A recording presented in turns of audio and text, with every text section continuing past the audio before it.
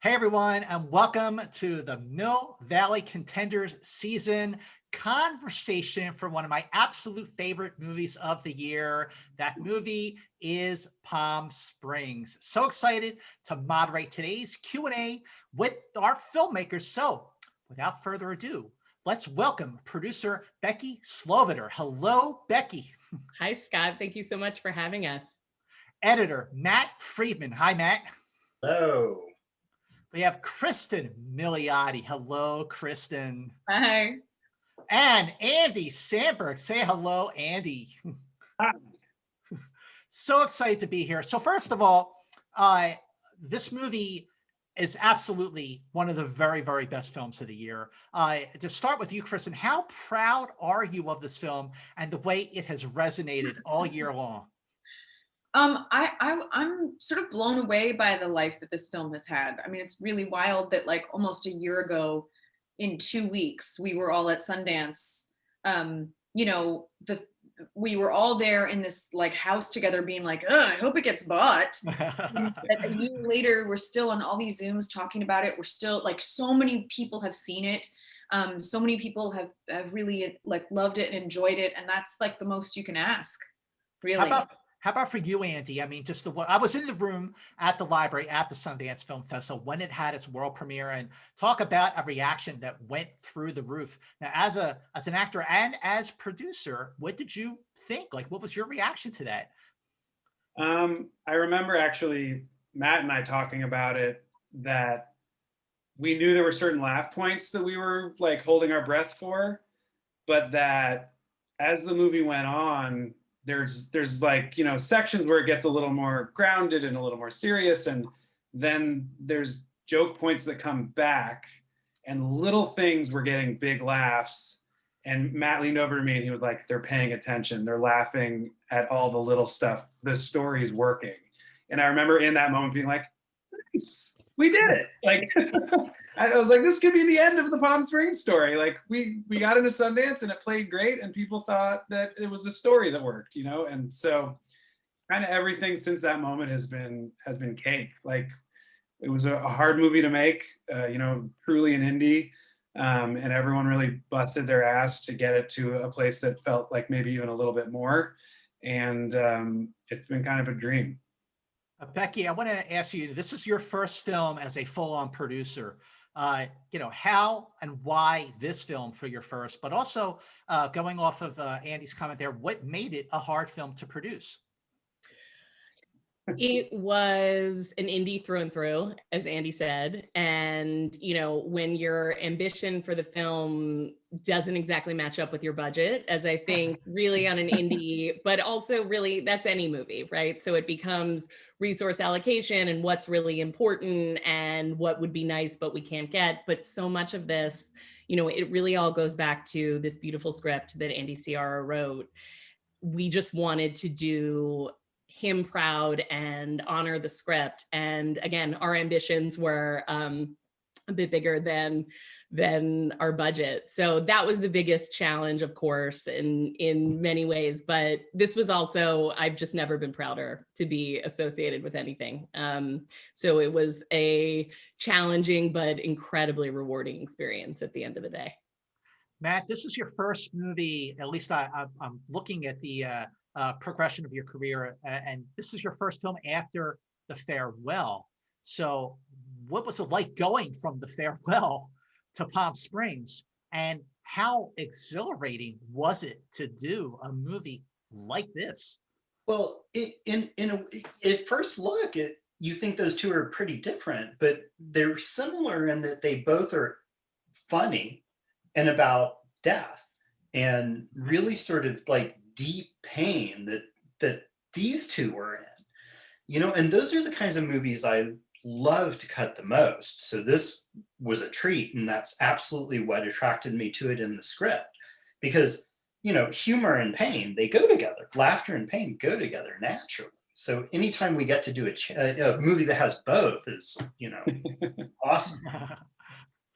Cristin, what was your first take, the first time you read this screenplay? Like, what went through your mind? I remember thinking that I had never read anything like it, that I really couldn't, like, a lot of times you read scripts and you sort of know what's going to happen. Like you're reading them and you're like, oh, I bet this will come into play, and then this will come into play, and then I see, okay, and here we go, and this is how it goes. And with this, it was a lot like the experience of viewing it, actually, which is what's quite special about it, because usually you don't always get that when you're a part of something. You'll read it, and actually what the final product ends up being isn't like the script and isn't what you imagined. And this really felt like reading it, I really didn't know the twists and turns that it was taking. And I was just blown away by, you know, sort of like what Matt was saying, that you think it's one thing, you think it's this like sort of lighthearted romp and the misdirect of that and the heavy things that it deals with, but with a light hand, was also something that I really, really, really responded to. I love it. Andy, this movie is so much. I mean, it's first of all, the framework, it makes it smart and clever, but it's funny. It is a time loop movie, but it is a romantic comedy. I mean, it is a romantic comedy, and it has depth, and it's profound, and it has a big heart. Like, what was your take on just how many different tones, how many different voices this movie has? I guess I would say my take was it's either going to be a complete mess or one of my favorite things I've ever seen. And, you know, when I read it, it was one of my favorite things I'd ever read. And Becky and I kept talking about, man, I just keep thinking about Palm Springs. Like going into it, I knew there was a time loop element, and obviously there's been time loop stuff in the past, and I'm a huge fan of that stuff. And it caught me off guard nonetheless, because it sort of starts where those leave off. And like Cristin said, it keeps going in directions you're not expecting. And there's just a stickiness to it. I can't really put my finger on why, but I just kept thinking about it and kept being like, even when we come across production roadblocks, I was like, yeah, but we gotta make Palm Springs, right? And Becky would be like, yeah, we just gotta keep working. It's annoying, but we just gotta push through. And we wanted to see it. We wanted to see it made and see it on the screen. You know, when you think of like the time loop movies, I mean, obviously, of course, you have Groundhog Day, but then there's also Edge of Tomorrow with Tom Cruise, and you have Source Code with Jake Gyllenhaal. But this one is different. Like whenever I try to describe this movie and I'd say a time loop, oh, it's Groundhog Day. I'm like, no, it's not. This one is different, because this time there are two people in the loop. And Becky, like, what are the challenges to make this fresh?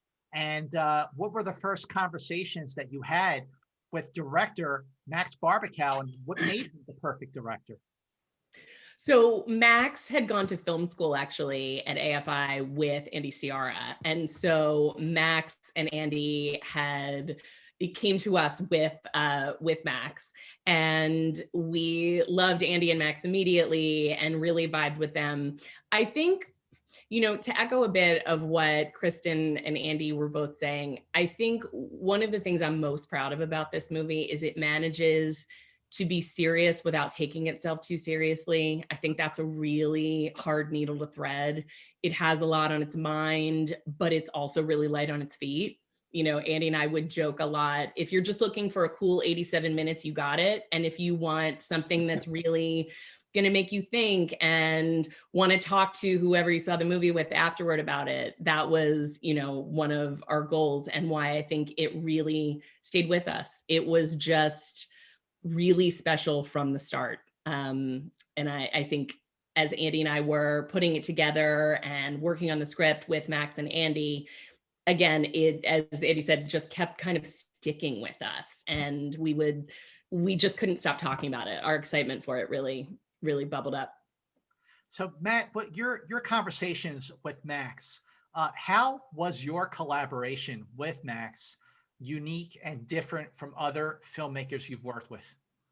Well, one of the things that I really loved about Max was the attention to detail that both he and Andy paid to the story. In the script, well, there's two Andys, so it's always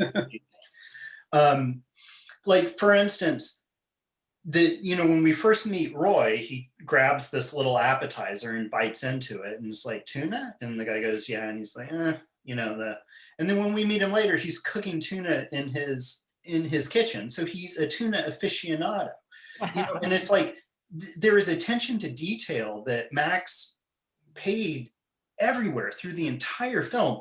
And in these challenged sort of true indie features where they were having to run as fast as they were running in production, that's usually the first stuff that gets dropped by the wayside.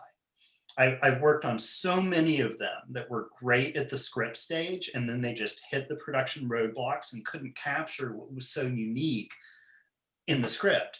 And however, you know, they did it on set, I wasn't there, I don't go to set. They got everything. Here, just to piggyback on that a little bit, Andy and Cristin and the rest of our amazing cast often had 2, maybe 3 takes at most. You know, it was, they knew their characters inside and out, and even the actors who had 2 to 3 lines, it was so impressive to see everyone just really all hands on deck. And I think, you know, that's a testament to Max as well. Yeah, I think that the tuna example for Max is so on point because it speaks to a bigger thing about the movie in general, which is, you know, they always talk about, like, when you watch like a far future sci-fi movie or something, it sort of lives and dies on the world building. And I would equate this with that in many ways. There was a lot of depth and texture to the world, and I think it's partly because they wrote so many drafts before it ever even got to us, but there's backstory to everything, and it's just sort of simmering under the surface and makes it all feel really like exciting and interesting and better for repeat viewing. But interestingly, this film doesn't explain a lot of the backstory. Like, it's there. It's just there. It never goes into it, which is another thing that I loved about it. Yeah. I love that everything happens in a weird way, because it you know, does jump back and forth in time and everything, but everything is so natural and organic. And, you know, Cristin, I want to ask, you know, like, when you're doing a movie like this, and there's so many, again, the framework is so different and unique in its own way. The chemistry that you have to have with your co-star is essential. So tell me about the first time you and Andy met, the first like scene you did together, when you really felt like, we got this. Well, I think that that's another thing, and Matt can speak to this, that's the magic of editing, because we had no chemistry. They can't stand each other. Oh, Out of the bag. It was a very sort of, I would work with his stand-in because he refused to be there past 2 p.m. and then he would work with mine because he just sort of makes me uncomfortable in general. So that's really the beauty of post. It was a blade sitch. What did you say? Right? What? I didn't say anything about Blade. Is that how they filmed Blade? I've heard there was a lot of acting with a stunt double on Blade. Yeah. No, I just could be a lot. I think that those things are like sort of a bit it is so hard to make a movie, obviously. Like, it's so hard for so many, it's so hard to make anything, but for so many things to come together in the right way and for everyone to be on the same page. And like, as far as chemistry goes, that I have always sort of felt like that's one of those things that it's either there or it's not. You can judge it for sure. You know, I've shown up to a couple things where I've been like, uh-oh, and then we've judged it. We've found our way through. You judged it. You judge it, you get in and you're like, this is my job. We're going to figure this out. We'll find a way. You know, but this was like with Andy, it just sort of, we always had like a real beautiful rapport. And that was, I think, just part of like, I don't know what, like the fairy dust of it all. I don't know. I can't give you like a better explanation. I think that's what it was. Yeah. It's just luck. It's luck. You meet someone sometimes in life and you feel like you've been friends for a long time when you haven't. Yeah. And we were lucky that was the case with this, where the 2 people were supposed to seem like they were really good friends on camera too. Yeah. Andy, what was the framework of the movie in terms of like, what was the first scene that you shot? Did you shoot, I don't know, chronologically in some way, and just you know, and then Matt goes in and figures it out in the editing? I mean, it just watching this movie get made would be a great movie unto itself. So what was the first scene you shot, and how many times did you shoot that scene? First stuff we shot, I think, was Cristin waking up in bed over and over again on different days of the loop. Yeah. And then like busting into the bathroom and yelling at Abe. And it was my nightmare to have that scene on the very first. Like the worst thing you could get as an actor is the schedule where they're like, here you go. And on your first day where you're like figuring out where the bathrooms are and like who to sit with at lunch is like the scene that's like, oh, you mean the emotion, like one of the emotional cruxes? Got it. Like there's no like It was tough. I will say we did a pretty good job considering how jammed the schedule was of giving some of the bigger emotional scenes more time in the schedule. Yeah. We did not shoot chronologically by any stretch. That was never going to happen because so much of it being a time loop movie, we were boarding things at the same location and they'd be for, you know, a million different moments of that day over and over again. But for the characters, their story is emotionally changing. So you shoot like, you know, 15 different scenes at the wedding all at once, but it's going over the course of the movie. We would try to shoot those chronologically, sort of like work your way through the script. And that was helpful, certainly. But, you know, we were doing like stuff at the end of the movie the first or second week. And but to piggyback onto what Becky said earlier, like, I do think that some of the, like one of the challenges of this was the fact that we did move so fast. Like the ambitions for the film were so big. And so, yeah, like a lot of times it meant you got like 2 or 3 takes, but sort of like the madness of that did sort of, you kind of had to like, you had to swing for the fences or else you learned very quickly that like there was no like warming up. And I actually think that in the end, like that energy is in there, that you're just, it's like a rocket ship. Cause we were like on a rocket ship. It was just like action. And then like you blacked out and 21 days later, they were like, you're done. Like, I don't know, like it was wild. Well, that thought, wait, 21 days? Yeah. Yeah. It's a very short 21 shoot. or 22, Becky? 22. 22. Sorry. But one of those days was sort of a half day because we had to drive to Joshua Tree. And what a drive it was. Yes. Yeah. But I mean, Cristin, to piggyback on Kristin's piggyback, you hear people talk about actors as consummate professionals, but really no warming up, no, can I take that again? Like we just didn't have time to bleed. And everyone, I think this is when you realize how fortunate you are that everyone's making the same movie, because that doesn't always happen either. And I think, you know, Andy and Cristin, of course, most predominantly just could roll with it, could use that frenzy at times. And, you know, as Cristin said, you can see it on screen. That energy at times. Becky, did you just was that a Predator reference? It sure was. And Jesse Ventura and Predator. I ain't got time to bleed. Just for you. Yes, exactly. Now, I'm going to piggyback on Becky, piggybacking on Cristin. Well, please do. To say that not only that, but you know, as an editor, I saw these two feed off each other. So it wasn't just getting what was on the script. It was like so much stuff and so much improv and so many options that we had in the cutting room for everything. You know, like in the cockpit, when they're about to crash the plane, there's a million different things that we could have put into the movie. Like that's the hard part about editing, I think. Right. You know, it is choosing, okay, well, we have 10 really great funny things. We got to kill 9. And those 10 funny things were gotten inside of 12 minutes, really. Yeah. It was crazy. Well, just to piggyback off of Becky and Matthew. By the way, let's keep the piggybacking going. This is great. I love it. Why ever walk again? So the question is like, with such a fast shoot, I'm floored that you had just over 21, 22 days to shoot because the movie, the reason I am floored is because it looks so polished. It looks like a studio film. I mean, it looks like just you had maybe 3 times that much time. But when you have that short period of time and you're doing a movie like this, how much risk taking did you do? How much improv, how many different things did you try, and how fun was that to work in that way? Cristin, I want to start with you on that. Well, I think that also was such a blessing of really from like everyone on this film, the crew, the cast, every single person was there because they believed in it. And so I think that like in the moments when we would have ideas for things like the tattoo, when we tattoo each other, like that was something that we stole as the sun was setting because we'd like been talking about it, and our makeup artist Galaxy like jumped in with like a makeshift pen and was like, oh, I can rig that.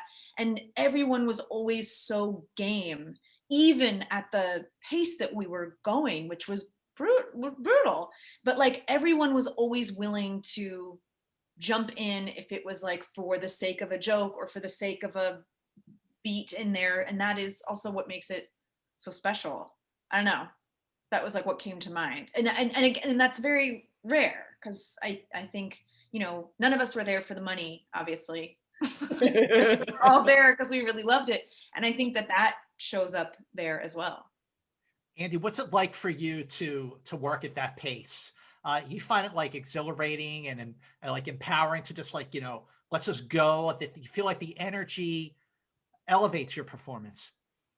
I think so. I mean, I'm used to it, frankly. I did, you know, like 7 million digital shorts at SNL where you don't have time and it's airing in an hour and you're still shooting and you're like, we're gonna die. So, like, it's still hard for me to really feel rattled in terms of schedule. On this one, as a producer, I was stressed in a different way because I was like, oh shit, like we're really like on set trying to figure out what scenes we gotta cut while I'm learning this scene and it needs to be good. And, you know, there was a different level of it for that. But as far as performance goes, I was just super excited about it because I loved the scenes and I loved working with the cast that we got. We got so lucky with everybody. And Yeah. I have to say, I know we're not like accepting an award here, but Q Tran, who was our DP, you mentioned how great the movie looks. Her and the lighting team that she sort of brought in kicked ass. Like when we first met with her, Becky and I said to her, we have this much money and we want it to look like we have this much money. And she did it, you know, and she did it by really, really working it out with Max and thinking of really cool dynamic ways to shoot. And she also did it by calling in a million favors. So we got lucky in a lot of senses because people really liked the material. So they were like, yeah, sure, I'll do it. This should be fun. And we like Q.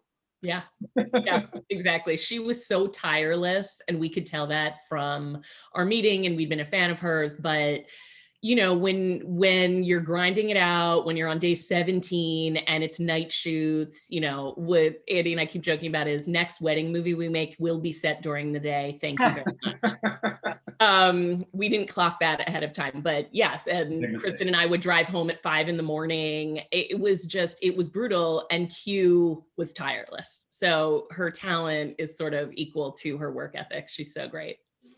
Matt, I want to ask, like, when you're working on a film, especially a film like this, how much goes into like what you consider about what the audience is thinking? Everything. Like that's really the sum total on my job, is thinking about, you know, because ultimately we knew we wanted to get to a certain spot. We wanted to get people laughing and we wanted to get people sad and moved, those emotional responses. So at every step of the way through the cutting process, we were talking about that and what is the best way to get there.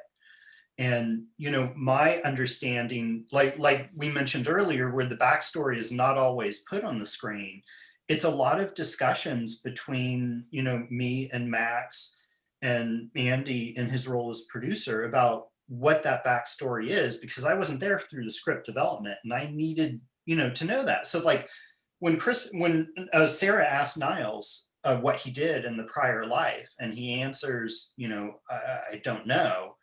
Like I remember, Andy, I turned to you because you happened to be in the cutting room that day, and I said, "Are you lying or are you telling the truth?" Yeah. And you were like, "Well, we want to leave it vague. We don't want to let people know."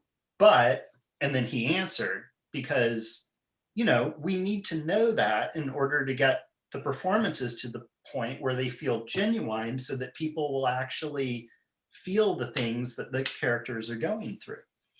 So yeah, it's all about that. Like, it's much more about what is the audience thinking and what are they feeling, and making room for those emotions, than worrying about, say, you know, logistics of the time loop. which we did also. Yeah. And how? One of my favorite things though about this film are the ambiguities about, like, you actually don't need to know that much about you know, you're given just enough to know where they're coming from. Like, you don't have to know exactly what my marriage was like, or like what my relationship with my mom was, and now what my relationship with my dad is now that he has like a new family. Like, it's all there, but you never like go into the gritty details. And that's actually one of my favorite parts about it. Me It's too. not weighed down by it, but it's Yeah. all there. I feel like this movie is for people who like that, and we are all those people. So it really was a good fit. Okay, well, I gotta ask, because I gotta know what's up with the dinosaurs. I need an answer. Please tell me. Well, it's open to interpretation. That's definitely one of the moments that we're talking about. And Yeah. there's a number of moments in this movie, and we talked about it in our first meeting with Ciara and with Max, that are meant to invite a conversation between people who have seen it, and thereby reveal things about people and who they are and what their worldview is, kind of their general state of being and outlook on how they interpret it and what they get out of it. So even within our, creative cocoon that we like to call it, there were varying opinions on what some of those things meant. The dinosaurs, the ending, whether or not Nyles does or doesn't remember, things like that, that it speaks exactly to what Cristin was saying. I think it's miraculous that we were able to do that, and so many people got that that's what we were going for. It's really, really gratifying feeling. Yeah. One other thing on that is, how many different endings did you actually shoot? 97. And it was a real fight figuring it out. No, I'll we say did this. have a lot of old endings. I'll say this. Yeah. There were no endings that were shot that weren't in that pool. You know what I mean? They were all there. It was just all Right. versions on the dialogue, different takes on what it did or didn't like convey. Right. And different like other elements. But all of it. How long was your first cut of this movie, and how many different cuts of the movie did you put together? Like the very, very first rough cut was really long, over 2 hours, I think. Oh, wow. Yeah. But that was rough. It was almost like an assembly. And then, there were many, many edits. We did a lot of screenings. We did a lot of small screenings for friends and family to sort of fine tune. I don't know. I don't even know really how to quantify how many edits there were. Well, yeah, a lot. I think we were up to when we got to the point where we were numbering versions of reels, I think probably up in the high 20s. And then each of those things would have countless iterations, because those were just like landmarks of when we would screen or show to somebody. We definitely worked it in post. We really got in. Yeah. The fine tuning and the attention to detail that any, process is going to be. I think on this one, because of all the detail, as Matt was referencing, that comes from the script and all the little things, something Andy and I talked about constantly was repeated viewings. We wanted it to be rewarding to the viewer who comes back again. And so the final product that's out there is not actually that different than one that we had a month prior to going to Sundance, but the fine tuning, to us, it's actually quite a bit different. Well, the good news is this. So in over the summer, the movie dropped on Hulu, and Becky, to your point, I have watched this movie now 9 times on Hulu, including last night. I know, Cristin, I know you God think. bless you. Thank you. That's I've amazing. seen it more. Well, of course you have to see it more. You've seen it the most. But I have seen this movie 9 times, not only because I just think that, I get things out of it, and I love that I'm still questioning certain things about the film, like obviously like the dinosaur, but it makes me happy. And I feel like this year we needed a good laugh, something to make us happy. And Cristin, the movie is seen in a completely different framework after April. What's your take on that? I mean, we could never have known. You mean because we're all repeating the same day over and over again, right? Exactly. For a second, I was like, did something else happen in April? Yeah, it's like, but no, we're talking about the thing. Yeah, I mean, we would never obviously have known, but like, talked about this in other interviews. I think what is so incredible about the mechanism of a time loop is that it's almost superfluous. Like Andy Ciara said once that this movie can be interpreted as an allegory for depression, that like when you can't get out of the same way of thinking about your life. And that's what I thought when I read it, which is obviously was like a year and a half before the pandemic. I was like, oh, this is about not being able to like escape yourself and what you think your life should be or should have been, or what you've done wrong, or where you lost your path. And so obviously it took on a whole nother level when like no one could leave their homes and we all felt like we were stuck with no end in sight. I mean, I can't believe that we were lucky enough to release something not only that we cared so much about, but that from what I understand has really, like you said, like people have been able to laugh and also feel understood by it because of the getting trapped. So I mean, was just an added like layer of sort of the crazy journey that this movie has gone on. Andy, what's your take on that? Yeah, it's been an interesting juxtaposition because on the one hand, obviously, it's just been a nightmare for everyone, the quarantining and the pandemic and everything. And on the other side of it, for us, it's been really nice, like Cristin said, to have the movie be received so well. And when it's conflated in a positive way with something so horrible, it's kind of hard. It's a very mixed feeling you have, which I guess is perfect for the movie because the movie is that too. It gives you kind of both. So I don't know. I mean, it's anytime you make something, you're really just kind of hoping that people watch it and that they like it. So whatever circumstances have led us to that, I'm really happy and glad. Could not think of a better way to bring this conversation to a close. I gotta tell you, every year on November 9th, make sure you watch Palm Springs, because it's just such a wonderful film. I want to thank everybody for this amazing conversation on behalf of the Mill Valley Contenders season. Matt Friedman, Becky Sloviter, Andy Samberg, Cristin Milioti. Thank you so very much, and Happy New Year.